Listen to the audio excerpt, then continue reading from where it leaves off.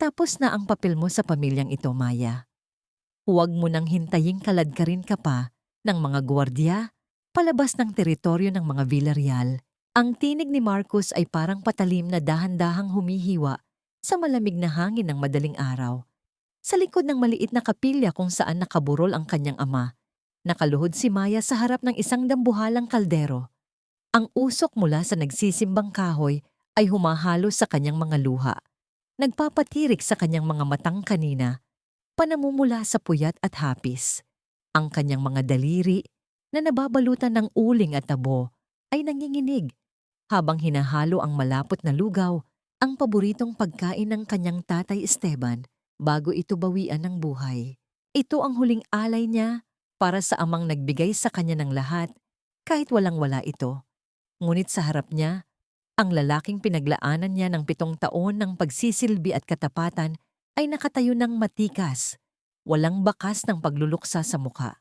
Sa halip, ang amoy ng mamahaling pabango ni Selena na nakakapit sa barong ni Marcus ang mas nangingibabaw kaysa sa amoy ng kandila at sampagita sa loob ng kapilya.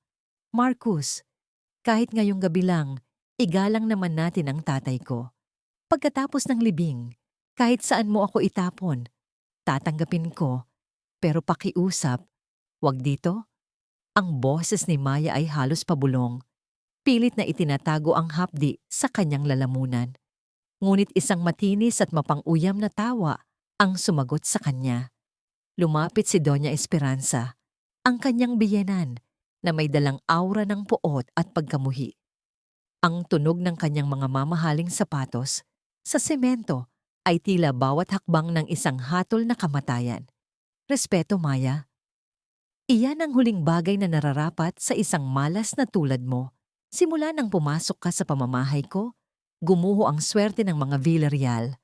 At ngayon, pati ang kahihiyan ng pamilya ay isinasabit mo sa maruming pangalan ng tatay mong kargador. Kasunod ng mga salitang yon, isang malakas na paggalaw ang nagpabagsak sa lumang maleta ni Maya sa basang lupa. Ang mga damit niyang luma, ang ilang pirasong gamit ng sanggol na lihim niyang binili, at ang isang maliit na kahon ng lata ay nagkalat sa putikan. Sa gitna ng kaguluhan, nasagi ni Marcus ang sandok na hawak ni Maya. Ang mangkok ng mainit na lugaw na pinaghirapan niyang lutuin sa gitna ng kanyang pagluluksa ay tumapon sa sahig. Ang malapot na puting likido ay dahan-dahang humalo sa maruming abo at lupa. Tila ang pangarap ni Maya na magkaroon ng pamilyang kumpleto ay tuluyan ng natunaw at naging dumi sa ilalim ng mga paa ng kanyang mga kaaway. Hindi nakuhang gumalaw ni Maya. Nanigas ang kanyang buong katawan, habang ang lamig ng ulan ay nagsisimulang pumatak sa kanyang batok. Ang kanyang kamay ay automatikong dumaing sa kanyang tiyan, kung saan ang isang munting buhay ay nagsisimula pa lamang kumapit. Ang bawat tibok ng kanyang puso ay tila isang mabigat na tambol na nagpapaalala sa kanya ng kanyang labis na kahihiyan, ang hiya na tila lason na dumadaloy sa kanyang mga ugat. Tumingin siya kay Marcus, umaasang makakita ng kahit katiting na awa sa mga matang dati ay nangangako ng proteksyon. Ngunit ang nakita niya ay ang kamay ni Marcus na dahan-dahang humahawak sa baywang ni Selena. Hinihila ang babae palapit sa kanyang dibdib sa harap ng lahat ng mga nakikiramay. Don't be so dramatic, Maya. Inayos na ni Mama ang lahat ng papeles. You're no longer a Villarreal. Selena is the one who truly fits in our world. She's pregnant, and unlike you, she can give me an heir that is not tainted by poverty. Ang bawat salita ni Marcus ay parang mga kidlat na tumatama sa pandinig ni Maya. Ang sakit ay hindi na lamang nasa kanyang puso.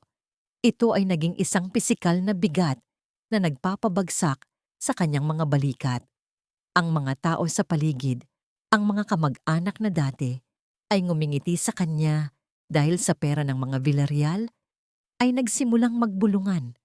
Ang kanilang mga tinig ay tila mga bubuyog na nagdadala ng panunukso at pangungutya. Dahan-dahang tumayo si Maya mula sa pagkakaluhod. Ang kanyang tuhod ay nanginginig, at ang putik ay kumapit sa kanyang itim na damit na pamburol. Hindi siya sumigaw, hindi siya nagmura. Ang tanging maririnig lang sa paligid ay ang mahinang paghampas ng hangin sa mga bulaklak ng patay at ang mahabang katahimikan na punong-puno ng pait. Inabot niya ang maliit na kahon ng lata na itinapon sa putikan, ang huling habilin ni Don Esteban na hindi pa niya nabubuksan. Naramdaman niya ang titig ni Doña Esperanza, ang mga matang tila gustong sunugin ang bawat himaymay ng kanyang pagkatao. Aalis ako, pero ang anak ko, hinding-hindi niyo makikita. Isang malamig na ngiti ang sumilay sa labi ng matandang babae habang itinataas nito ang kanyang baba, ang anyo ng isang reyna na nagtagumpay sa pagpapatalsik sa isang alipin. Iwan mo ang lahat, Maya. Pati ang mga abo ng tatay mo. Ang lupaing kinatitirikan ng kapilyang ito ay pag-aari ng Empire Corporation. At ang sino mang basura na hindi na bahagi ng pamilyang ito ay walang karapatang mag-iwan ng kahit anong dumi rito. Huwag mong susubukang hawakan ang urnang iyan kung ayaw mong mabulok sa kulungan. Napako si Maya sa kanyang kinatatayuan. Ang kanyang ama, ang tanging taong nagmahal sa kanya, nang walang kapalit, ay ipinagkakait sa kanya kahit sa huling sandali. Ang biyayang huling yakap ay ninakaw ng mga taong pinaglingkuran niya ng tapat. Ang langit ay tuluyang nagdilim at ang malalaking butil ng ulan ay nagsimulang bumagsak ng mas mabilis, tila nakikiramay sa isang babaeng nawalan na ng tahanan, asawa, at ngayon ay pati ang karapatang magluksa sa sariling ama. Naglalakad si Maya sa gitna ng dilim. Ang bawat hakbang ay tila may kasamang bigat ng 1,000 bato na nakagapos sa kanyang mga paa. Ang ulan ay hindi tumitigil sa pagbuhos. Dinidilig ang kanyang tuyot na pag-asa habang ang malamig na tubig ay nanunuot sa bawat himaymay ng kanyang suot na itim na pamburol. Ang maleta niyang sira ang lock ay kailangan niyang yakapin ng mahigpit sa kanyang dibdib. Tinitiyak na hindi mahuhulog sa putikan ang kakaunting alaala na natira sa kanya. Sa bawat pag-ihip ng hangin, ang kanyang manipis na katawan ay nanginginig. Hindi lamang dahil sa ginaw na dulot ng panahon, kundi dahil sa hapdi ng katotohanang ang taong pinaglaanan niya ng 7 taon ng buhay ay itinapon siya na parang basurang walang halaga. Nakarating siya sa isang kanto kung saan ang mga ilaw sa poste ay aandap-andap na, tila ba nag-aagaw buhay sa gitna ng unos. Isang maliit na kwarto sa itaas ng isang luma at amoy-amag na gusali ang naging hantungan niya.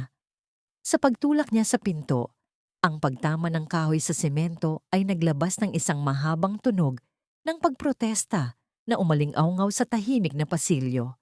Ang amoy ng alikabok at luma ng semento ang sumalubong sa kanya, isang malupit na paalala na malayo na ito sa bango ng mga sariwang bulaklak at mamahaling pabango sa mansyon ng mga Villarreal. Ipinatong niya ang kanyang maleta sa isang sulok kung saan ang aninong likha ng bumbilya ay tila nakikiramay sa kanyang pag-iisa. Habang pinupunasan niya ang kanyang basang mukha, gamit ang kanyang mga palad na nanginginig pa rin, pumasok sa kanyang isipan ang mga gabi sa loob ng mansyon. Doon, sa ilalim ng liwanag ng mamahaling chandelier, ginugol niya ang kanyang kabataan sa pag-aayos ng mga dokumentong pananalapi ni Marcus. Inisip niya na sa bawat pagkakamaling itinatama niya sa mga records ng Empire Corporation ay nagtatayo siya ng isang matibay na pundasyon para sa kanilang magiging pamilya. Akala niya ang kanyang pagsasakripisyo at ang pananahimik niya sa likod ng mga matagumpay na deal ni Marcus ay sapat na upang bayaran ng utang na loob na paulit-ulit na isinusumbat sa kanya ni Doña Esperanza. I believed every lie he told me, bulong niya sa sarili, habang ang kanyang boses ay nanginginig sa pagitan ng mga hikbi na pilit niyang sinusupil. I thought fixing his mess would make me a good wife, pero sa huli, I was just a ghostwriter of my own tragedy. Umupo si Maya sa gilid ng kama na may manipis na kutsyon kung saan nararamdaman niya ang bawat bakal na sumasagi sa kanyang likod. Inilabas niya ang kahon ng lata mula sa kanyang maleta, ang tanging bagay na hindi nabasa ng ulan dahil sa higpit ng kanyang pagkakayakap dito kanina. Ang kahon ay puno ng kalawang sa mga gilid, ngunit ang kandado nito ay nananatiling matatag at sarado. Ito na lamang ang tanging bagay na nag-uugnay sa kanyang tatay Esteban, ang taong itinuring niyang higit pa sa tunay na magulang. Naalala niya ang mga huling sandali sa tabi ng banig ng matanda, ang mahinang pagpisil ng kamay ni Esteban at ang mga salitang tila isang sumpa at pagpapala.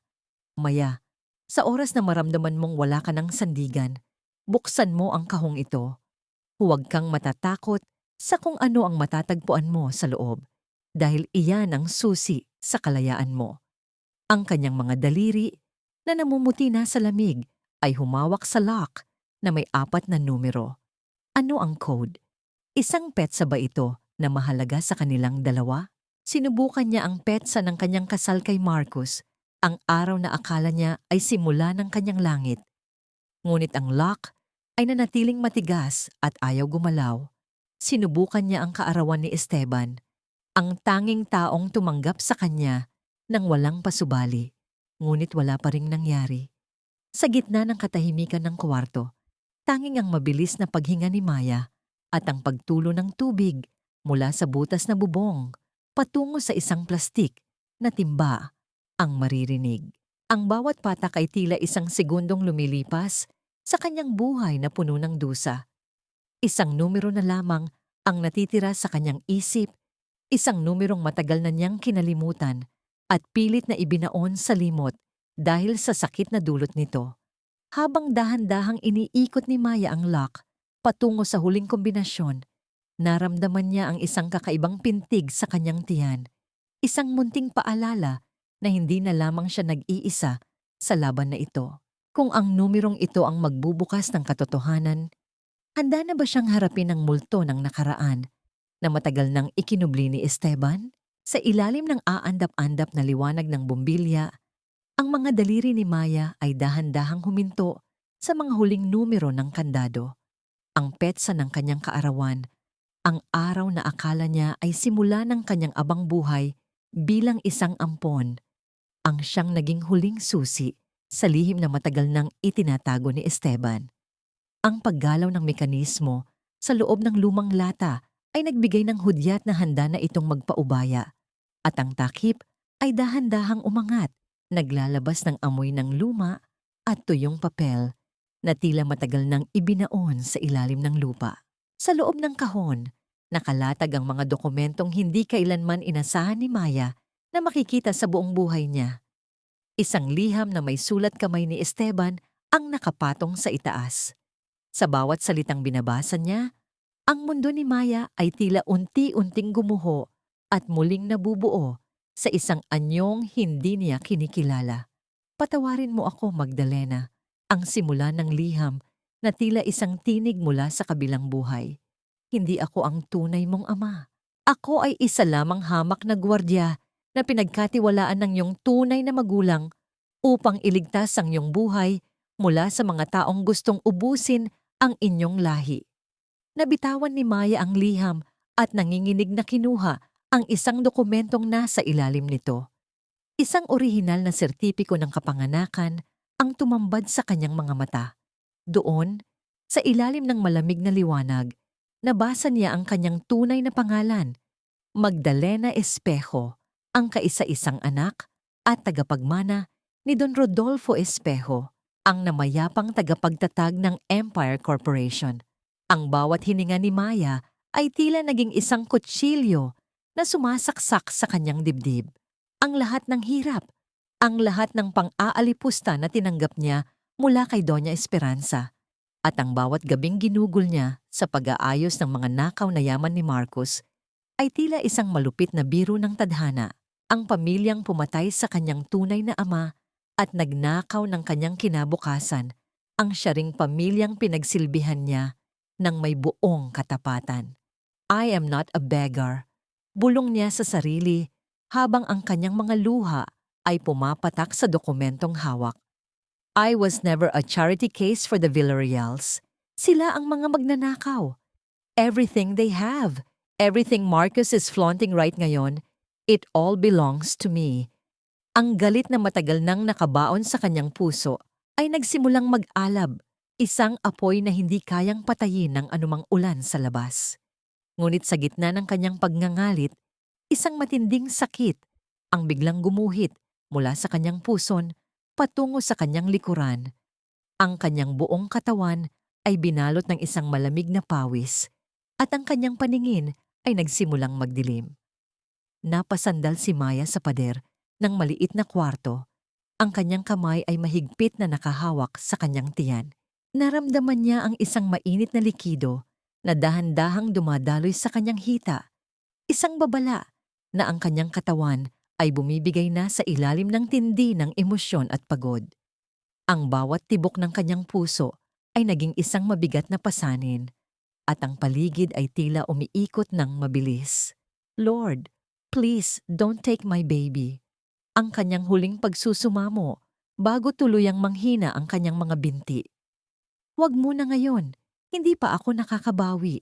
Habang ang kanyang katawan ay dahan-dahang bumabagsak sa malamig at maduming sahig ng kwarto, ang mga dokumento ng kanyang tunay na pagkatao ay nagkalat sa kanyang paligid. Ang kadiliman ay unti-unting lumalamon sa kanyang paningin, ngunit sa huling sandali ng kanyang malay, isang anino ang humarang sa siwang ng pinto. Ang tunay na liwanag ay tila malayo pa at ang buhay ni Maya ay nakabitin na naman sa isang manipis na sinulid habang ang katotohanang natuklasan niya ay nananatiling nakakulong sa loob ng 4 na sulok ng madilim na silid na yon. Ang puting liwanag ay dahan-dahang gumuhit sa talukap ng mga mata ni Maya, tila isang mahabang daliri na pumupukaw sa kanyang kamalayan mula sa isang malalim at madilim na balon ng kawalan. Ang unang bumati sa kanyang pandama ay ang matapang na amoy ng alkohol at gamot. Kasunod ang marahang paghaplos ng hangin mula sa isang lumang electric fan na umiikot sa itaas. Sa kanyang bawat paghinga, nararamdaman niya ang hapdi sa kanyang lalamunan. Tila ba may mga tuyong dahon na nakabara rito? Dahan-dahang dinala ni Maya ang kanyang kamay sa kanyang puson. Ang kanyang puso ay pumipintig ng mabilis sa takot. Nang maramdaman niya ang bahagyang paninigas at ang init ng kanyang sariling balat, isang tahimik na luha ng pasasalamat ang gumulong mula sa gilid ng kanyang mata patungo sa kanyang unan. Buhay ang kanyang anak. Ang munting anghel na tanging yaman niya ay nanatiling nakakapit sa kanyang sinapupunan sa kabila ng lahat ng unos. Nakaligtas ka, Maya. At ang baby mo rin, himala siyang kumapit. Ang tinig ay galing sa isang sulok ng maliit na silid. Doon ay nakaupo ang isang lalaking nasa huling bahagi ng kanyang ika-60 taon, nakasuot ng isang maayos na barong na bahagyang lukot na dahil sa pagpupuyat. Ang kanyang mga mata ay kakikitaan ng talino at isang uri ng katapatan na matagal nang hindi nakikita ni Maya sa mga taong nakapaligid sa kanya. Attorney Gabriel? Bulong ni Maya. Ang kanyang boses ay paos at halos hindi marinig. Bakit kayo narito? Matagal kitang hinintay, Magdalena.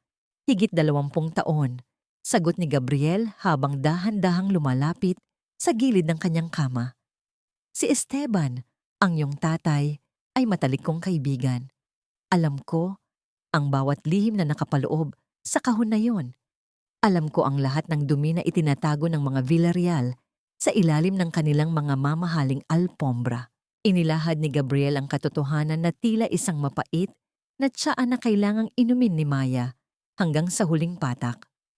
Ang aksidenteng kumitil sa buhay ng kanyang tunay na ama, si Don Rodolfo, ay hindi isang pagkakataon. Ito ay isang planadong pagpatay. Si Doña Esperanza ang utak sa likod ng lahat upang maagaw ang kontrol sa Empire Corporation. At si Esteban, sa takot na isunod si Maya sa hukay, ay piniling maging isang hamak na manggagawa upang protektahan ang kaisa-isang tagapagmana ng korporasyon. Naramdaman ni Maya ang isang matinding panginginig na nagsimula sa kanyang mga daliri hanggang sa umakyat ito sa kanyang buong katawan. Ang kanyang 7 taon ng pagtitiis bilang manugang sa bahay na yon ay hindi lamang pala isang pagkakamali ng pag-ibig, kundi isang pagsisilbi sa kumuha ng buhay ng kanyang pamilya. I served the woman who killed my father. Sambit niya, ang kanyang mga ngipin ay nagngangalit sa gitna ng pait. I let Marcus manipulate me while they were building their empire on my father's blood. Tumayo si Maya mula sa pagkakahiga. Binaliwala ang panghihina ng kanyang mga binti. Kinuha niya ang isang gunting na nakapatong sa tray ng mga gamot sa tabi ng kanyang kama. Sa harap ng lumang salamin sa dingding ng klinika, tiningnan niya ang kanyang sarili. Ang babaeng nandoon ay pagod, duguan ng puso at sugatan ng dangal. Ngunit sa likod ng mga matang iyon, isang bagong apoy ang nagsisimulang sumiklab.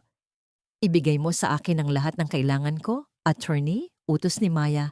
Ang kanyang tinig ay wala ng bakas ng pag-aalinlangan. Hindi na ako babalik bilang ang Maya na kilala nila. Ang Maya na uto-uto at sunod-sunuran ay namatay na kasabay ng aking ama. Sa isang mabilis na paggalaw, ginupit ni Maya ang kanyang mahabang buhok. Ang bawat lanta at tuyong hibla ay dahan-dahang bumagsak sa sahig, tila mga kadena na isa-isang napuputol. Ang kanyang bagong anyo sa salamin ay tila isang babala, isang Magdalena na handang maningil sa bawat patak ng luhang ninakaw sa kanya. Habang ang mga piraso ng kanyang buhok ay nagkalat sa puting sahig, inabot ni Gabriel ang kanyang telepono at ipinakita ang isang balita sa social media. Ang larawan ni Marcus at Selena na magkahawak kamay sa isang marangyang event ay sumabog sa screen. Ang headline ay nagsasaad ng kanilang nalalapit na kasal at ang pagpapatalsik sa baliw na asawa ni Marcus mula sa pamilya. Tumingin si Maya sa larawan ng kanyang asawa at sa unang pagkakataon, hindi sakit ang naramdaman niya, kundi isang malamig at kalkuladong plano. Magpakasaya kayo habang may oras pa, bulong niya sa hangin. Dahil kapag bumalik ako, hindi lang ang korporasyon ang kukunin ko. Kukunin ko ang lahat ng dahilan para gustuhin niyo pang mabuhay. Ang mansyon ng mga Villarreal ay nababalutan ng samyo ng mga sariwang puting bulaklak. Isang bango na tila sumusubok na itago ang amoy ng kabulukan sa loob ng mga dingding nito. Sa gitna ng malawak na salas, ang sikat ng araw ay tumatama sa mga kristal na dekorasyon, nagbibigay ng isang mapanlinlang na ningning sa paligid. Dito, ang bawat gamit ay may katapat na halaga, ngunit ang bawat sulok ay walang bakas ng tunay na pagmamahal. Si Doña Esperanza ay nakaupo ng matikas sa kanyang paboritong silya. Marahang iniikot ang kanyang kape sa isang porselanang tasa. Ang tunay na ningning sa kanyang mga mata ay hindi galing sa sikat ng araw, kundi sa tagumpay na nararamdaman niya sa wakas. Sa harap niya, si Selena ay abala sa pagsukat ng isang traje de boda na gawa sa pinakamahal na sutla at nalamutian ng mga perlas. Tingnan mo ang sarili mo, Selena. Ganyan dapat ang hitsura ng isang babaeng karapat-dapat sa apelyidong Villarreal. Hindi katulad ng babaeng yon na amoy palengke at laging mukhang namatayan, ani Doña Esperanza. Ang kanyang boses ay tila isang matamis na lason na dahan-dahang gumagapang. Ngumiti si Selena sa harap ng malaking salamin. Hinahaplos ang kanyang buhok habang tinitingnan ng sariling refleksyon ng may paghanga. You're right, tita. I don't know how Marcus endured her for 7 years. Poor guy. He was so suffocated by her dramatics. Pero don't worry, I will make sure na mabubura lahat ng traces niya sa bahay na ito. Sa isang iglap, tinawag ni Selena ang isang katulong at itinuro ang isang pares ng lumang tsinelas na nakatago sa ilalim ng cabinet sa pasilyo. Ito ang tsinelas na madalas isuot ni Maya kapag nagpupuyat ito sa pag-aayos ng mga dokumento ni Marcus. Mga tsinelas na pudpud na ang swelas. Dahil sa paglilingkod sa pamilyang ito, itapon niyo iyan. Isama niyo na lahat ng basurang iniwan ng babaeng yon. Ang bahay na ito ay kailangan ng purification, utos ni Selena, habang ang kanyang mukha ay kakikitaan ng labis na pagkadiri. Kasabay nito, pumasok si Marcus sa salas, may daladalang mga folder na may tatak ng isang sikat na ospital. Ang kanyang mukha ay walang bakas ng pagsisisi, bagkus ay may isang uri ng kalmado na tila ba ang ginagawa niya ay isang marangal na gawain. Inilapag niya ang mga dokumento sa mesa sa tabi ng kape ng kanyang ina. Everything is settled, Ma. I talked to the hospital director. Ang records ni Maya ay binago na. Lalabas na she was suffering from a severe nervous breakdown even before your father died. At tungkol sa pagbubuntis niya, I made sure the records state it was just a phantom pregnancy. Isang ilusyon ng isang baliw na babae, paliwanag ni Marcus, habang ang kanyang tono ay tila nagbabasa lamang ng isang ulat sa negosyo. Napatigil si Selena sa pag-aayos ng kanyang belo at lumapit kay Marcus, yumakap sa braso nito nang may paglalambing. Is that legal, honey? Baka gumawa siya ng gulo later on. Marcus laughed, a sound that held no warmth but only arrogance. Legal? Selena, in this city, the law follows the one who pays. Who will believe her? Isang babaeng wala ng pamilya, walang pera, at ngayon ay may medical certificate na nagsasabing hindi siya nasa tamang pag-iisip. She is practically a ghost now. Ang tatlong tao sa silid ay nagpalitan ng mga ngiti. Isang lihim na kasunduan ng mga mandaragit na nakuha na ang kanilang biktima. Para sa kanila, ang buhay ni Maya ay isang pahina na madali nilang mapupunit at maitatapon sa apoy. Hindi nila alam na sa labas ng kanilang marangyang mundo, ang babaeng itinuring nilang patay ay dahan-dahang binubuo ang bawat piraso ng kanyang nadurog na pagkatao. Habang iniinom ni Doña Esperanza ang huling patak ng kanyang kape, ang katahimikan ng mansyon ay tila naging isang saksi sa kadilimang naghahari rito. Ngunit sa ilalim ng bawat tawa at bawat plano ng paninira, may isang uri ng takot na hindi nila maipaliwanag. Isang malamig na hanging dumaan sa pasilyo na nagpayanig sa mga chandelier, tila ba ang mga anino ng nakaraan ay nagsisimula ng gumalaw upang maningil sa bawat kasalanang kanilang itinanim. Sa loob ng 4 na sulok ng silid na inilaan ni Attorney Gabriel, ang bawat hininga ni Maya ay tila isang panalangin at isang sumpa. Ang katahimikan sa paligid ay hindi na nagdadala ng kapayapaan, kundi isang uri ng ingay na nanggagaling sa kanyang sariling isipan. Isang ingay ng mga numerong hindi nagtutugma, ng mga pirma na huwad, at ng mga mukha ng mga taong kanyang pinagkatiwalaan. Ang sikat ng buwan na tumatagos sa maliit na bintana ay nagbibigay ng isang maputlang liwanag sa mga papel na nakakalat sa ibabaw ng kanyang mesa. Dahan-dahang dinala ni Maya ang kanyang daliri sa kanyang puson. Doon, naramdaman niya ang isang bahagyang galaw, isang munting pintig na tila nagsasabing hindi siya dapat sumuko. Isang mapait na ngiti ang sumilay sa kanyang mga labi habang naaalala ang ulat ni Marcus tungkol sa kanyang phantom pregnancy. You called my child a ghost, Marcus.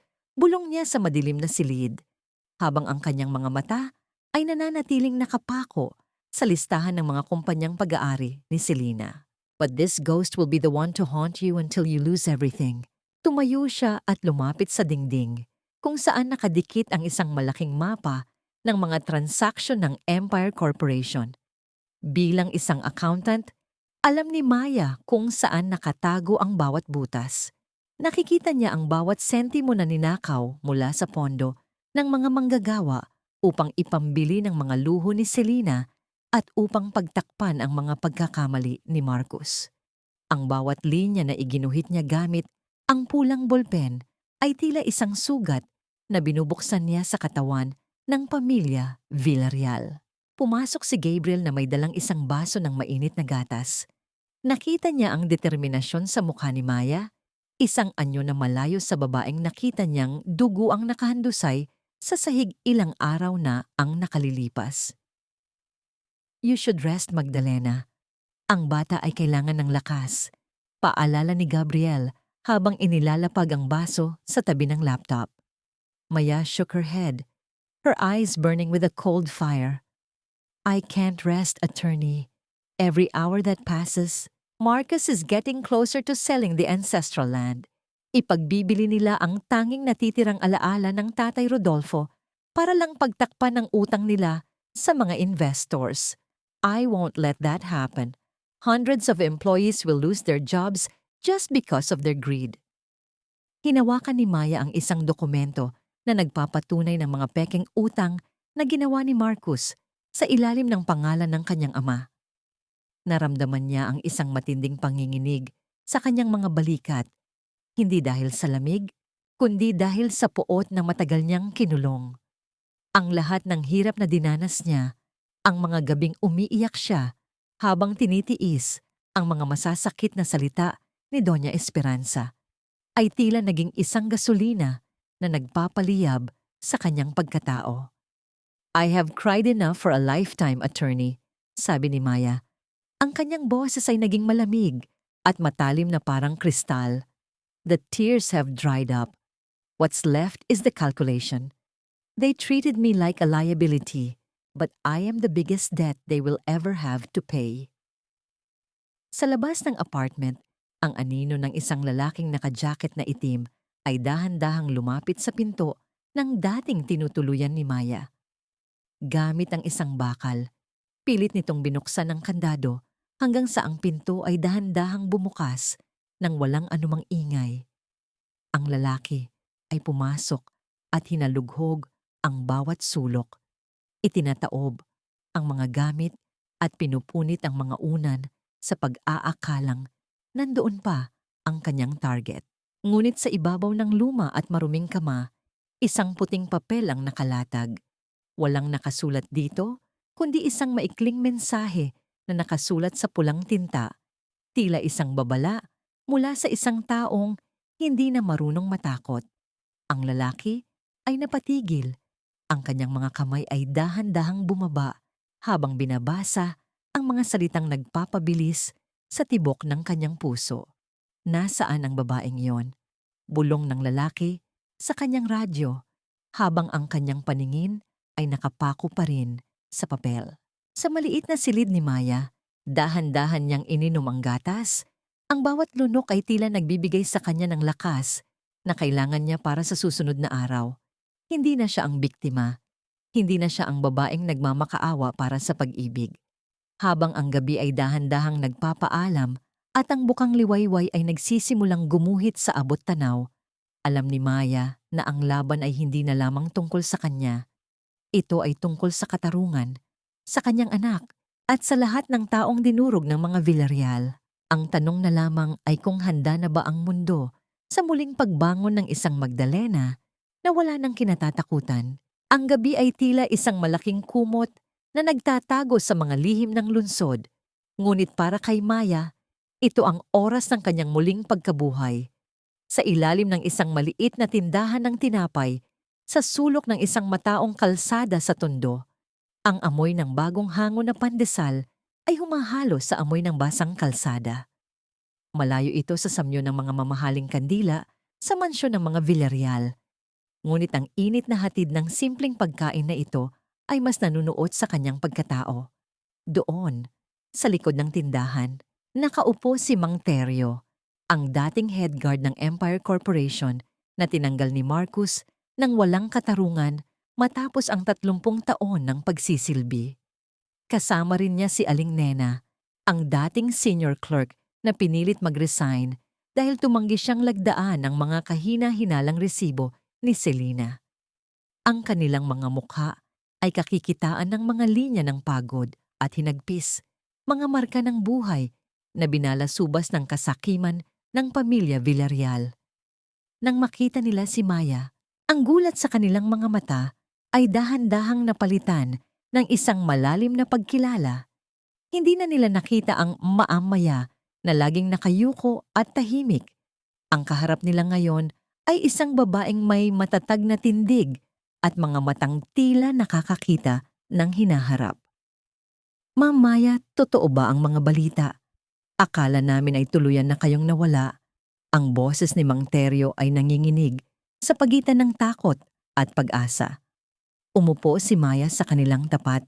Ang kanyang mga kamay ay marahang nakapatong sa ibabaw ng lumang mesang gawa sa kahoy. Mang Teryo, Aling Nena, alam ko ang lahat ng hirap na dinanas nyo. Hindi lang ako ang biktima rito. Ang pamilyang pinagsilbihan natin ay hindi lang nagnakaw sa akin, kundi nagnakaw din sa inyo, sa inyong pamilya, at sa kinabukasan ng mga anak nyo. Inilabas ni Maya ang isang folder mula sa kanyang bag. Hindi ito mga papeles ng diborsyo, kundi mga kopya ng mga transaksyon kung saan malinaw na makikita ang pag-divert ng pondo mula sa pension fund ng mga manggagawa patungo sa mga personal na account ni Selena. Ang mga mata ni Aling Nena ay nanlaki habang tinitingnan ang bawat dokumento. My God! Ito ang mga record na pinahanap sa akin dati, pero laging sinasabi ni Marcus na nawawala. You found them, Maya. Bulong ni Aling Nena habang ang kanyang mga kamay ay nanginginig sa galit. Hindi lang ito records, Aling Nena. Ito ang ating sandata. Sagot ni Maya. Ang kanyang tinig ay may lalim na tila, isang dambuhalang alon na naghahanda sa pagsapit sa dalampasigan. I need your testimonies. Kailangan nating ipakita sa Board of Directors at sa publiko na ang Empire Corporation ay hindi na pinapatakbo ng mga negosyante, kundi ng mga mandarambong. Isang matagal na katahimikan ang bumalot sa kanila. Sa labas, ang tunog ng mga sasakyan ay tila isang malayo at walang kabuluhang alingawngaw. Naramdaman ni Maya ang bigat ng desisyon sa balikat ng mga matatanda. Natatakot sila at hindi niya sila masisisi. Si Marcus ay may pera at kapangyarihan, habang sila ay meron lamang katotohanan. Dahan-dahang kinuha ni Mang Teryo ang isang piraso ng mainit na pandesal at inabot ito kay Maya. Ang kanyang mga kamay na magaspang dahil sa trabaho ay dahan-dahang humawak sa kamay ni Maya. Ma'am, noong nandoon pa kami sa kumpanya, kayo lang ang tanging nakakakita sa amin. Kayo lang ang nagtatanong kung kumain na kami o kung kamusta ang mga anak namin. Ngayong kayo naman ang nangangailangan, hindi kami tatalikod. Sa inyo kami naniniwala, hindi sa kanila. Isang mainit na pakiramdam ang gumapang sa puso ni Maya. Ito ang unang pagkakataon na naramdaman niyang hindi siya nag-iisa sa laban na ito. Ang simpleng piraso ng tinapay na hawak niya ay tila naging isang simbolo ng isang bagong alyansa, isang hukbo ng mga dinurog na puso na handang bumangon. Salamat, Mang Teryo. Ipaglalaban natin ito, hindi lang para sa akin, kundi para sa dangal nating lahat. Sambit ni Maya habang kumakagat sa tinapay, ang lasa nito ay tila isang pangako ng tagumpay. Ngunit sa gitna ng kanilang pag-uusap, ang paningin ni Maya ay nahuli ang isang pamilyar na sasakyan na dahan-dahang dumaraan sa tapat ng tindahan. Isang itim na SUV na may tintadong mga bintana. Ang kanyang puso ay biglang lumukso sa kanyang dibdib, hindi dahil sa takot, kundi dahil sa isang kakaibang kutob. Ang sasakyang iyon ay pag-aari ng isa sa mga tauhan ni Selena. Naramdaman ni Maya ang isang malamig na pawis na gumuguhit sa kanyang likod. Alam ba nila na narito siya? O may mas malalim pang lihim na itinatago si Selena na mas mapanganib kaysa sa pagnanakaw ng pera? Habang ang sasakyan ay dahan-dahang lumalayo, alam ni Maya na ang oras niya ay paunti na ng paunti. Ang bawat hakbang niya ay kailangang maging perpekto dahil isang maling galaw lamang ay maaaring maging sanhi ng pagkawala ng lahat ng kanyang pinaghirapan, pati na ang buhay na kanyang iniingatan sa loob ng kanyang sinapupunan. Ang bawat hininga ni Maya sa loob ng ligtas na tahanan ay tila isang dahan-dahang pag-akyat sa isang matarik na bundok. Ang katahimikan sa paligid ay nabubasag lamang ng mahinang pag-ikot ng mga pahina ng dokumento na sinusuri ni Attorney Gabriel sa kabilang dulo ng mesa. Sa gitna ng silid, ang lumang telepono ni Maya ay nakapatag. Ang itim na screen nito ay tila isang mata na nagmamasid sa kanila, naghihintay ng isang hudyat na magpapasiklab sa digmaan. Isang hindi mapigilang panginginig ang nagsimulang gumuhit sa ibabaw ng mesa. Ang telepono ay nagliwanag, nagpapakita ng isang pangalan na dati ay nagpapatibok ng puso ni Maya sa tuwa. Ngunit ngayon ay nagdadala lamang ng isang malapot na puot. Marcus. Ang bawat pag-ilaw ng screen ay tila isang marahas na pagkatok sa pintuan ng kanyang nakaraan. Tumingin si Maya kay Gabriel. Ang matandang abogado ay tumango ng dahan-dahan. Ang kanyang mga daliri ay handa na sa recorder. Inabot ni Maya ang telepono. Ang kanyang kamay ay nanginginig ng bahagya. Ngunit sa sandaling dumikit ang kanyang daliri sa screen, ang panginginig na yon ay napalitan ng isang nanunuot na lamig. "Hello, Marcus." Ang boses ni Maya ay lumabas na parang isang matalim na piraso ng yelo. Walang emosyon, walang takot, at higit sa lahat, walang bakas ng babaeng dating nagmamakaawa para sa kanyang atensyon. "Maya, you insane woman! Nasaan ka? Ano itong ginagawa mo sa mga accounts ng kumpanya? Isang oras na kaming hindi makapasok sa system dahil sa mga pinaggagawa mo. I know it's you. Stop this nonsense right ngayon bago kita ipakulong." Ang boses ni Marcus sa kabilang linya ay puno ng galit na may halong takot. Nararamdaman ni Maya ang bilis ng paghinga ng kanyang asawa, ang desperasyon na tila isang hayop na nakulong sa isang sulok. Isang mapait na ngiti ang sumilay sa mga labi ni Maya habang dahan-dahan niyang hinahaplos ang kanyang puson. "Nonsense. I'm just auditing my own heritage, Marcus. Bakit ka ba nagagalit? Hindi ba't sabi mo ay baliw ako? Isang phantom pregnancy lang ang nararanasan ko. Kung baliw ako, paano ko magagawa ang mga bagay na kinatatakutan mo ngayon? Maya, makinig ka. You don't know what you're doing. You're hurting the family. Isipin mo si Mama. Isipin mo ang reputasyon ng Villarreal." "I can forgive you, baby. Just tell me where you are. We can fix this.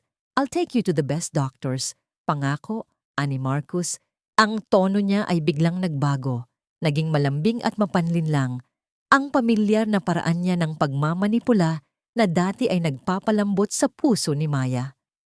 Naramdaman ni Maya ang isang uri ng pagkasuka sa kanyang sikmura. Ang bawat baby at bawat pangako ni Marcus ay tila mga maruming uod na gumagapang sa kanyang balat. "Family? You mean the family that threw me out like trash in the middle of a storm? The family that killed my father?" "Huwag mo akong gamitan ng script mo, Marcus. I know about the Swiss accounts. I know about the jewelry you bought for Selena using the employee's retirement fund. At alam ko rin na ang fix this na sinasabi mo ay ang pagbaon sa akin sa ilalim ng lupa." Natahimik ang kabilang linya. Ang tanging maririnig ay ang mabigat na paghinga ni Marcus na tila isang hika ng isang taong nalulunod. Maya-maya, ang kanyang boses ay naging isang madilim na bulong, wala na ang maskara ng pagiging mabait.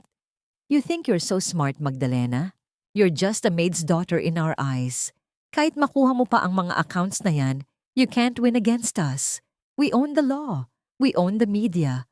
Wala kang mapupuntahan. And Selena? She's twice the woman you'll ever be. She's carrying my real air, hindi tulad ng kung anong dumi na nasa loob mo."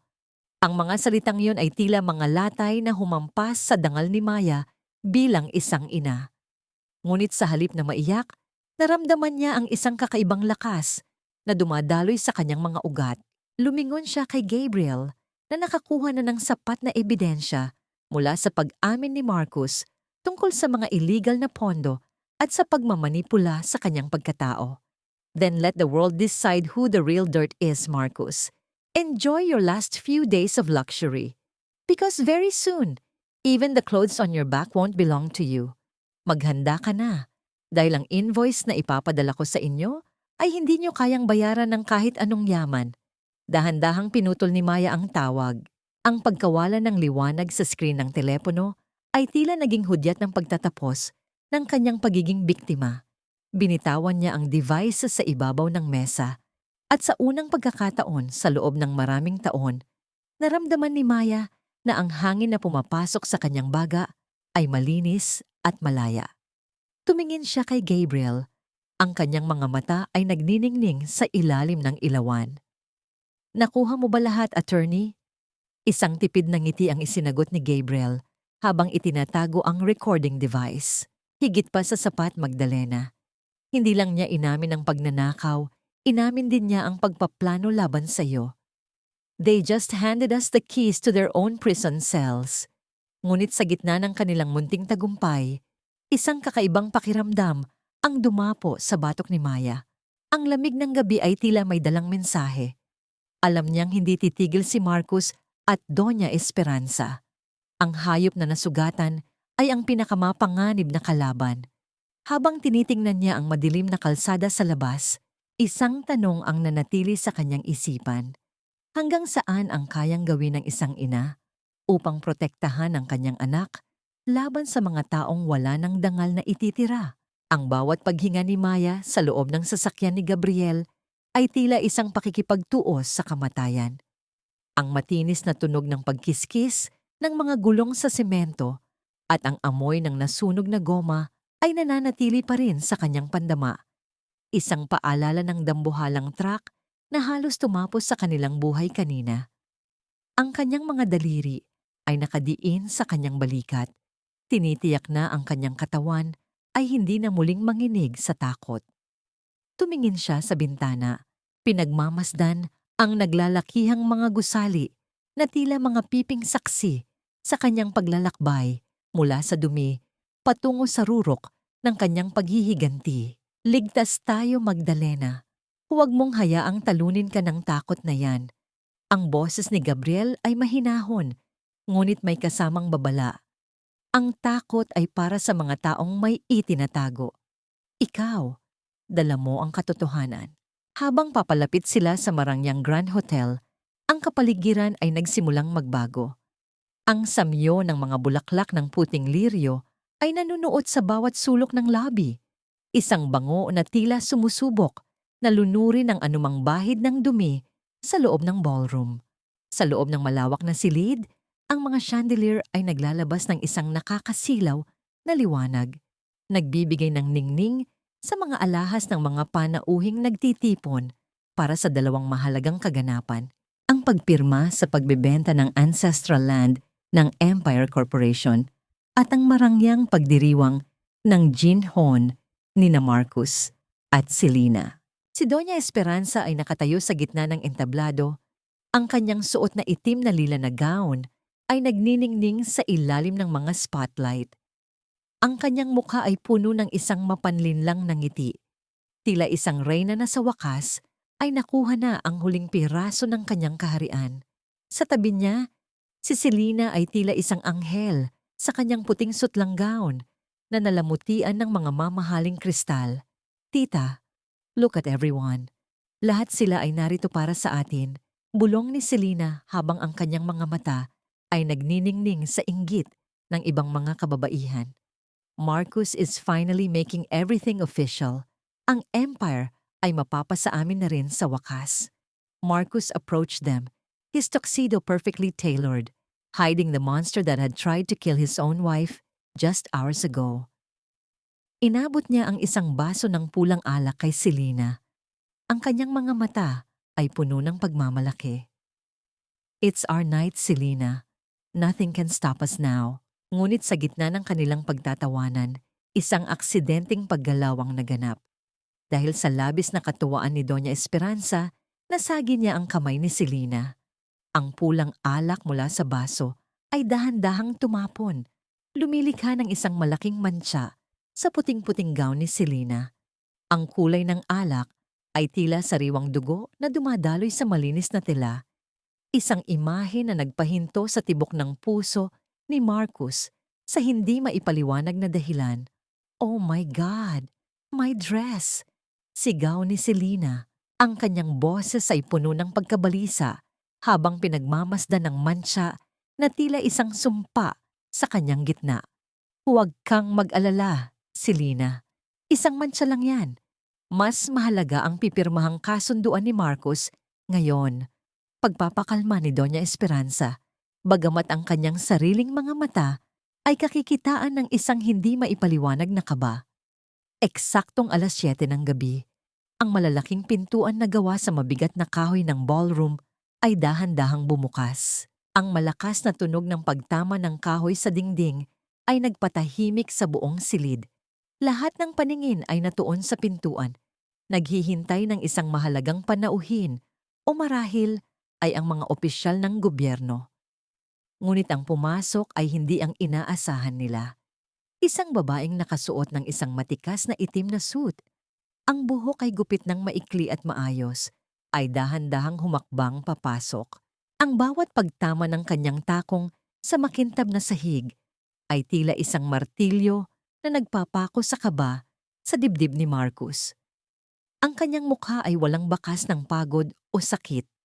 Bagkus, ito ay puno ng isang kapangyarihang tila nagmumula sa mismong kailaliman ng lupa. Maya-maya, ang bulong ng mga tao ay nagsimulang kumalat na parang apoy sa tuyong damo. Is it her? Is it the crazy wife? Napatigil si Marcus. Ang panulat sa kanyang kamay ay tila naging napakabigat. Doña Esperanza gasped, her hand clutching her chest as if she had seen a ghost rising from the grave. Selina's face turned pale, the red stain on her dress now looking more like a mark of guilt in the presence of the woman they had destroyed. Magdalena. Ang boses ni Marcus ay nanginginig. Halos hindi lumabas sa kanyang lalamunan. Maya walked straight to the center of the hall, her eyes fixed on the man who had abandoned her in the rain. She stood there, a vision of elegance and vengeance combined. Isang tipid ng ngiti ang sumilay sa kanyang mga labi. Ngunit ang kanyang mga mata ay nananatiling malamig at mapanghusga. Ituloy niyo ang pirmahan, Marcus. Huwag niyo akong intindihin, ani Maya. Ang kanyang boses ay umalingaw-ngaw sa buong ballroom nang may awtoridad na hindi nila kailanman narinig mula sa kanya. Gusto ko lang makita kung paano niyo ipagbibili ang kumpanyang hindi naman inyo sa harap ng lahat ng mga taong ito.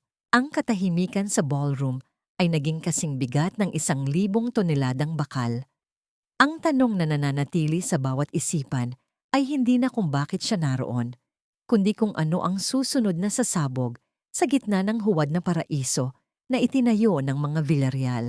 Ang bawat hininga ni Maya sa loob ng sasakyan ni Gabriel ay tila isang pakikipagtuos sa kamatayan. Ang matinis na tunog ng pagkiskis ng mga gulong sa semento at ang amoy ng nasunog na goma ay nananatili pa rin sa kanyang pandama.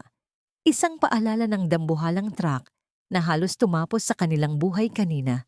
Ang kanyang mga daliri ay nakadiin sa kanyang balikat. Tinitiyak na ang kanyang katawan ay hindi na muling manginig sa takot. Tumingin siya sa bintana, pinagmamasdan ang naglalakihang mga gusali na tila mga piping saksi sa kanyang paglalakbay mula sa dumi patungo sa rurok ng kanyang paghihiganti. Ligtas tayo, Magdalena. Huwag mong hayaang talunin ka ng takot na yan. Ang boses ni Gabriel ay mahinahon, ngunit may kasamang babala. Ang takot ay para sa mga taong may itinatago. Ikaw, dala mo ang katotohanan. Habang papalapit sila sa Marangyang Grand Hotel, ang kapaligiran ay nagsimulang magbago. Ang samyo ng mga bulaklak ng puting liryo ay nanunuot sa bawat sulok ng lobby. Isang bango na tila sumusubok na lunurin ang anumang bahid ng dumi sa loob ng ballroom. Sa loob ng malawak na silid, ang mga chandelier ay naglalabas ng isang nakakasilaw na liwanag. Nagbibigay ng ningning sa mga alahas ng mga panauhing nagtitipon para sa dalawang mahalagang kaganapan. Ang pagpirma sa pagbebenta ng ancestral land ng Empire Corporation at ang marangyang pagdiriwang ng ginhon nina Marcus at Selina. Si Doña Esperanza ay nakatayo sa gitna ng entablado. Ang kanyang suot na itim na lila na gown ay nagniningning sa ilalim ng mga spotlight. Ang kanyang mukha ay puno ng isang mapanlinlang na ngiti. Tila isang reyna na sa wakas ay nakuha na ang huling piraso ng kanyang kaharian. Sa tabi niya, si Selina ay tila isang anghel sa kanyang puting sutlang gown na nalamutian ng mga mamahaling kristal. Tita, look at everyone. Lahat sila ay narito. Para sa atin, bulong ni Selena habang ang kanyang mga mata ay nagniningning sa inggit ng ibang mga kababaihan. Marcus is finally making everything official. Ang empire ay mapapasa amin na rin sa wakas. Marcus approached them, his tuxedo perfectly tailored, hiding the monster that had tried to kill his own wife just hours ago. Inabot niya ang isang baso ng pulang alak kay Selena. Ang kanyang mga mata ay puno ng pagmamalaki. It's our night, Selena. Nothing can stop us now. Ngunit sa gitna ng kanilang pagtatawanan, isang aksidenteng paggalaw ang naganap. Dahil sa labis na katuwaan ni Doña Esperanza, nasagi niya ang kamay ni Selena. Ang pulang alak mula sa baso ay dahan-dahang tumapon. Lumilikha ng isang malaking mantsa sa puting-puting gown ni Selena. Ang kulay ng alak ay tila sariwang dugo na dumadaloy sa malinis na tela, isang imahe na nagpahinto sa tibok ng puso ni Marcus sa hindi maipaliwanag na dahilan. Ang aking damit, sigaw ni Selena. Ang kanyang boses ay puno ng pagkabalisa habang pinagmamasdan ng mantsa na tila isang sumpa sa kanyang gitna. Huwag kang mag-alala, Selena. Isang mantsa lang yan. Mas mahalaga ang pipirmahang kasunduan ni Marcus ngayon, pagpapakalma ni Doña Esperanza, bagamat ang kanyang sariling mga mata ay kakikitaan ng isang hindi maipaliwanag na kaba. Eksaktong 7:00 ng gabi, ang malalaking pintuan na gawa sa mabigat na kahoy ng ballroom ay dahan-dahang bumukas. Ang malakas na tunog ng pagtama ng kahoy sa dingding ay nagpatahimik sa buong silid. Lahat ng paningin ay natuon sa pintuan, naghihintay ng isang mahalagang panauhin o marahil ay ang mga opisyal ng gobyerno. Ngunit ang pumasok ay hindi ang inaasahan nila. Isang babaeng nakasuot ng isang matikas na itim na suit. Ang buhok ay gupit ng maikli at maayos, ay dahan-dahang humakbang papasok. Ang bawat pagtama ng kanyang takong sa makintab na sahig ay tila isang martilyo na nagpapako sa kaba sa dibdib ni Marcus. Ang kanyang mukha ay walang bakas ng pagod o sakit. Bagkus, ito ay puno ng isang kapangyarihang tila nagmumula sa mismong kailaliman ng lupa. Maya-maya, ang bulong ng mga tao ay nagsimulang kumalat na parang apoy sa tuyong damo. Is it her? Is it the crazy wife? Napatigil si Marcus. Ang panulat sa kanyang kamay ay tila naging napakabigat. Doña Esperanza ay napahawak sa kanyang dibdib na tila nakakita ng isang multong bumangon mula sa hukay. Ang mukha ni Selena ay naging kasing puti ng papel. Ang pulang mantsa sa kanyang damit ngayon ay tila isang marka ng kasalanan sa harap ng babaeng kanilang sinira. Magdalena? Ang boses ni Marcus ay nanginginig, halos hindi lumabas sa kanyang lalamunan. Maya walked straight to the center of the hall, her eyes fixed on the man who had abandoned her in the rain. She stood there, a vision of elegance and vengeance combined. Isang tipid na ngiti ang sumilay sa kanyang mga labi. Ngunit ang kanyang mga mata ay nananatiling malamig at mapanghusga. Ituloy niyo ang pirmahan, Marcus. Huwag niyo akong intindihin. Animaya, ang kanyang boses ay umalingaw-ngaw sa buong ballroom nang may autoridad na hindi nila kailanman narinig mula sa kanya. Gusto ko lang makita kung paano niyo ipagbibili ang kumpanyang hindi naman sa inyo sa harap ng lahat ng mga taong ito. Ang katahimikan sa ballroom ay naging kasing bigat ng 1,000 toneladang bakal. Ang tanong na nananatili sa bawat isipan ay hindi na kung bakit siya naroon, kundi kung ano ang susunod na sasabog sa gitna ng huwad na paraiso na itinayo ng mga Villarreal. Sa gitna ng dambuhalang ballroom, ang katahimikan ay tila isang buhay na nilalang na dahan-dahang sumasakal sa bawat taong naroroon. Ang mga kristal na chandelier sa itaas ay naglalabas ng malamig na liwanag na tumatama sa mukha ni Maya. Binibigyang diin ang bawat linya ng kanyang determinasyon. Ang bawat mata ay nakatuon sa kanya, mga mata ng pagtataka, ng pangungutya, at ng lumalalang takot sa panig ng mga Villarreal. Guwardiya, anong tinitingnan niyo riyan? Ilabas niyo ang baliw na babaeng ito. Sigaw ni Marcus, Ang kanyang boses ay nanginginig at pumiyok sa gitna ng matinding tensyon. Ang kanyang mukha ay namumula na sa galit at hiyang nararamdaman sa harap ng mga pinakaimportanteng tao sa industriya. Dalawang gwardiya ang dahan-dahang lumapit, ngunit bago pa man nila mahawakan ang braso ni Maya, itinaas niya ang kanyang kamay. Ang awtoridad sa kanyang pagkilos ay naging sanhi ng sabay na paghinto ng mga lalaki. Tumingin si Maya sa mga ito, ang kanyang mga mata ay tila nagsasabing, alam niya ang bawat sakripisyong ginawa nila para sa kumpanyang ito. Huwag niyo akong hahawakan kung ayaw niyong mawalan ng trabaho. Bago matapos ang gabing ito, ani Maya, ang kanyang boses ay mahinahon, ngunit sapat upang marinig hanggang sa pinakalikod ng silid. Lumapit si Gabriel sa tabi ni Maya, bitbit ang isang itim na leather briefcase na tila naglalaman ng hatol ng kamatayan para sa pamilyang Villarreal. Inilabas niya ang isang makapal na folder at inilapag ito sa mahabang mesa kung saan dapat pipirmahan ang kasunduan. Ang pagtama ng folder sa ibabaw ng mesa ay lumikha ng isang tunog na nagpatahimik sa lahat, tila isang huling hudyat ng pagtatapos ng isang era. Members of the board, ang boses ni Gabriel ay umalingaw-ngaw ng may bigat ng katotohanan. Ang babaeng nasa harap niyo ay hindi isang baliw.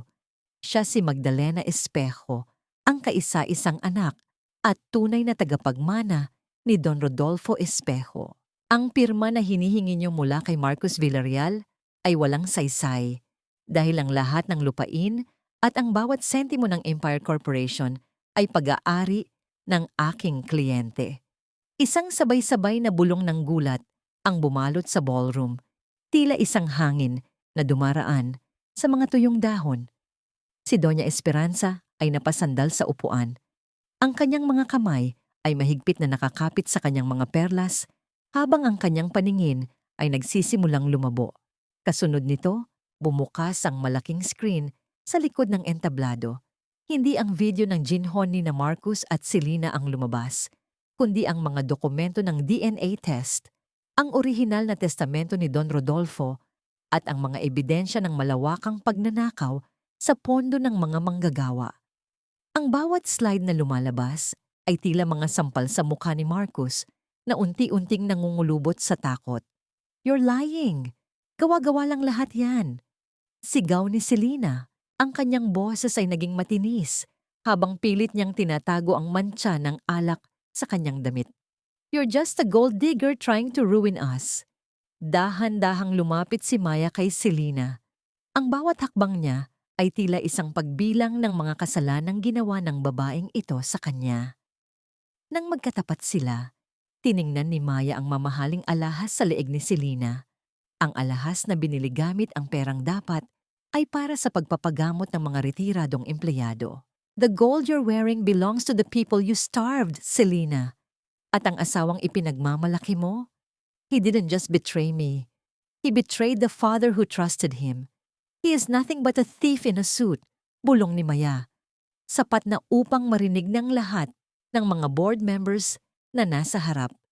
Hinarap ni Maya ang buong board of directors. Wala nang bakas ng takot sa kanyang mga mata.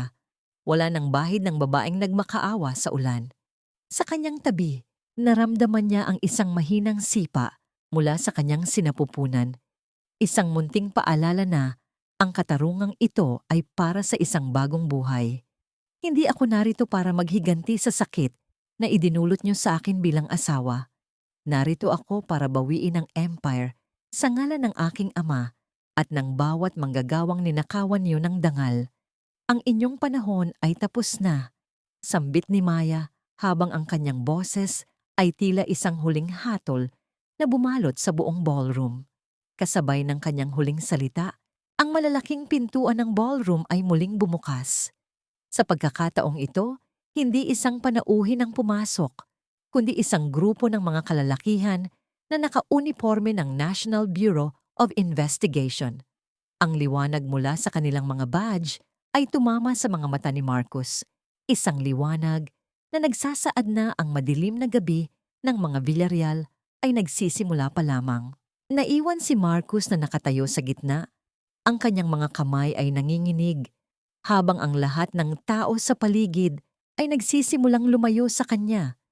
Tila siya ay isang may sakit na hindi dapat lapitan. Tumingin siya kay Maya, umaasang makakita ng kahit katiting na emosyon.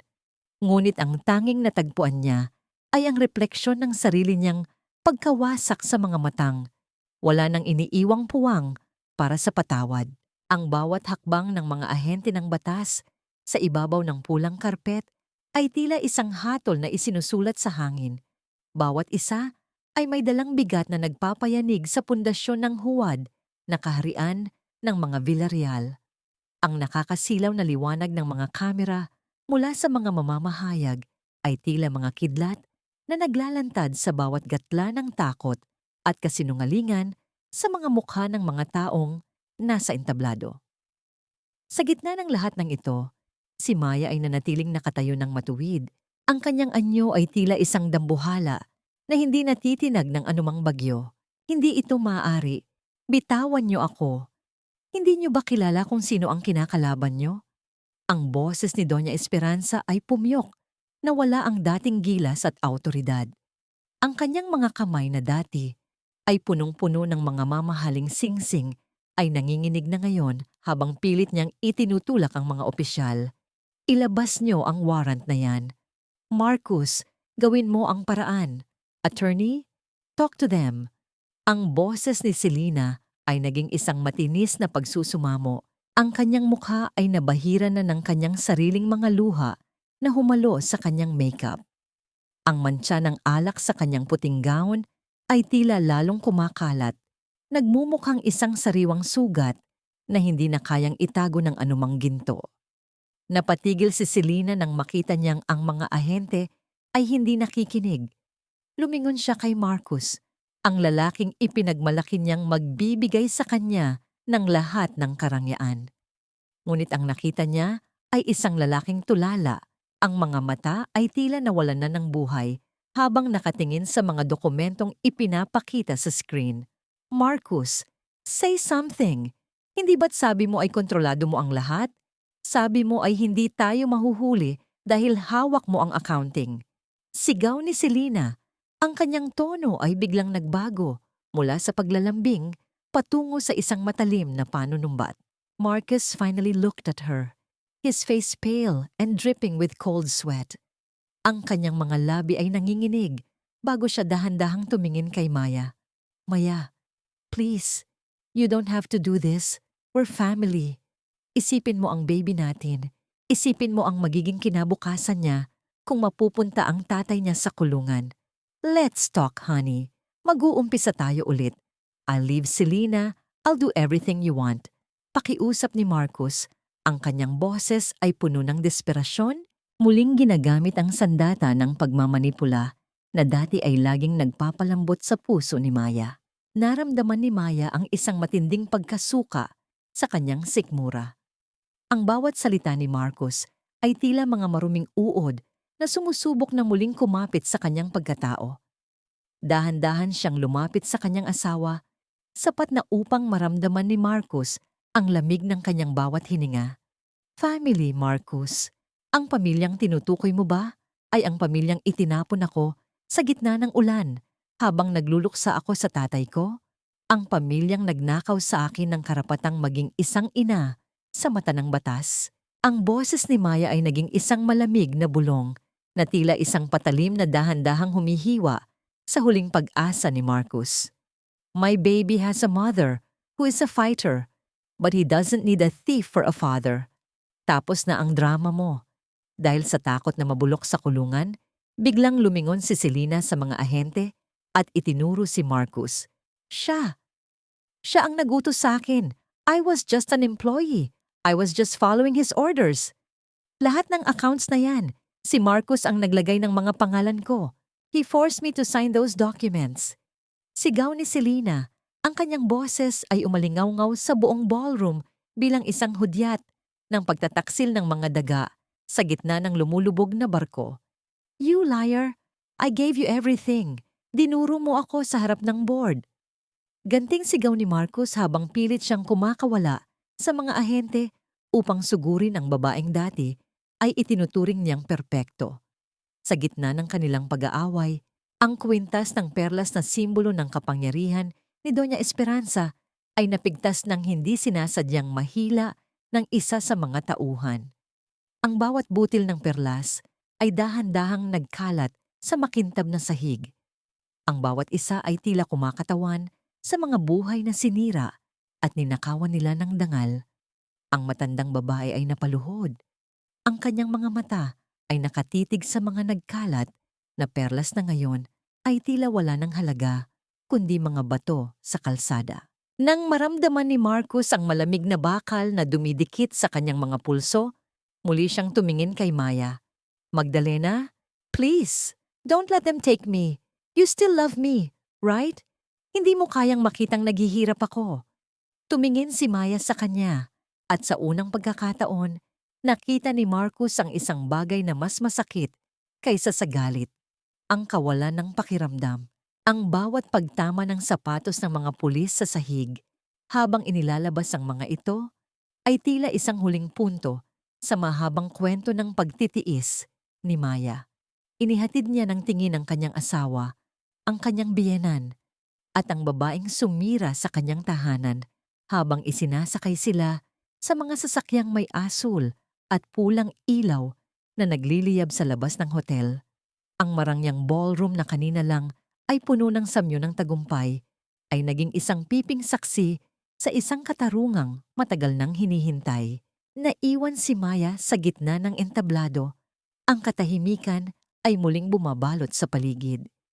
Inabot ni Gabriel ang kanyang balikat, isang tahimik na pagkilala sa lakas na ipinamalas ng babaeng ito. Ngunit habang tinitingnan ni Maya ang malawak at bakanting silid, naramdaman niya ang isang matinding pagod na dumadaloy sa kanyang mga ugat. Nakamit na niya ang hustisya, ngunit ang tanong na nananatili sa kanyang puso ay kung paano niya bubuin muli ang isang buhay na 7 taong nanirahan sa gitna ng mga anino at kasinungalingan. Ang bawat pagtapak ni Maya sa makintab na marmol ng mansyon ng mga Villarreal ay tila isang dahan-dahang pagbawi sa bawat piraso ng kanyang nadurog na dangal. Ang sikat ng umaga ay tumatagos sa malalaking bintana, ngunit hindi na ito nagbibigay ng ningning sa mga kristal na dekorasyon sa paligid. Sa halip, ang liwanag ay naglalantad sa bawat alikabok at sa lamig ng isang bahay na nawalan na ng kaluluwa. Ang bawat gamit na dati ay simbolo ng kapangyarihan ni na Marcos at Doña Esperanza ay nakabalot na ngayon sa plastik, handa ng ilipat o ibenta bilang bahagi ng pagbabayad sa kanilang mga utang. Sa gitna ng salas, nakaupo si Doña Esperanza sa isang maleta. Ang kanyang suot na damit ay lukot na at ang kanyang buhok na dati ay laging maayos ay nakalugay na ngayon ng walang buhay. Wala na ang mga perlas sa kanyang leeg at ang kanyang mga mata ay kakikitaan ng isang matinding pagkatalo. Nang makita niya si Maya, isang huling subok ng kanyang dating gilas ang gumuhit sa kanyang mukha, ngunit ito ay mabilis ding napalitan ng isang mapait na pagsusumamo. Maya, hindi mo pwedeng gawin ito sa akin. Dito ako tumanda. Ang dangal ng mga Villarreal ay nakatali sa mga dingding na ito. Huwag mo kaming itapon sa kalsada na parang mga pulubi. Ang boses ng matanda ay nanginginig. Wala na ang talas na dati ay humihiwa sa pagkatao ni Maya. Dahan-dahang lumapit si Maya at inilapag sa harap ng matanda ang isang maliit na kahon. Nang buksan ito ni Doña Esperanza, ang tanging laman nito ay isang pares ng lumang tsinelas na plastik. Pudpud na ang swelas at may mantsa ng putik. Ito ang mga tsinelas na isinuot ni Maya noong unang gabi na pumasok siya sa mansyong ito. Ang tsinelas na tinawag ni Doña Esperanza na dumi sa kanyang malinis na sahig. Iyan ang tanging bagay na tunay kong pag-aari noong dumating ako rito, Doña Esperanza.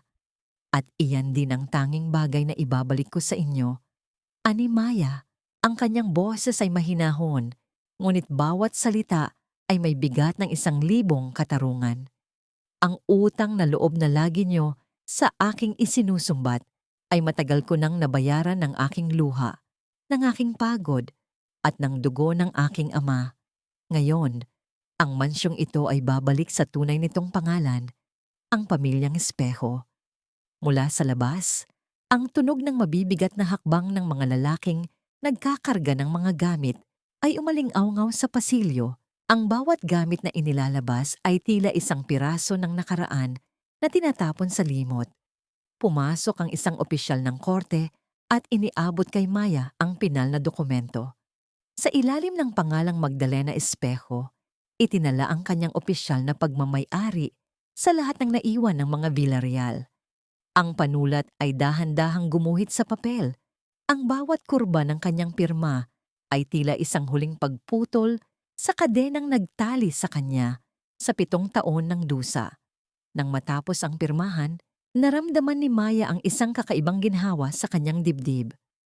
Ang bigat na dati ay nagpapayuko sa kanyang mga balikat ay tuluyan ng naglaho. Hinarap niya ang kanyang biyenan sa huling pagkakataon. You called me a liability, but today, I am your final auditor. Ang invoice ng bawat pang-aapi nyo ay selyado na. You have 1 hour to leave. Taltal na boses ni Maya habang nakatingin sa labas kung saan naghihintay ang isang lumang taxi para sa matanda. Dahan-dahang tumayo si Doña Esperanza, kinuha ang lumang tsinelas at lumakad palabas nang walang lingon likod. Ang kanyang bawat hakbang ay tila isang pag-amin na ang kanyang mundo ay tuluyan ng gumuho. Nang mawala na ang anino ng matanda sa pinto, naramdaman ni Maya ang isang marahang sipa sa kanyang sinapupunan. Isang munting buhay na nagsasabing handa na silang dalawa para sa isang bagong simula. Tumingin si Maya sa malawak na salas at sa gitna ng katahimikan, naramdaman niya ang presensya ng kanyang tatay Esteban at ang kanyang tunay na amang si Rodolfo. Hindi na siya natatakot, hindi na siya nagtatago.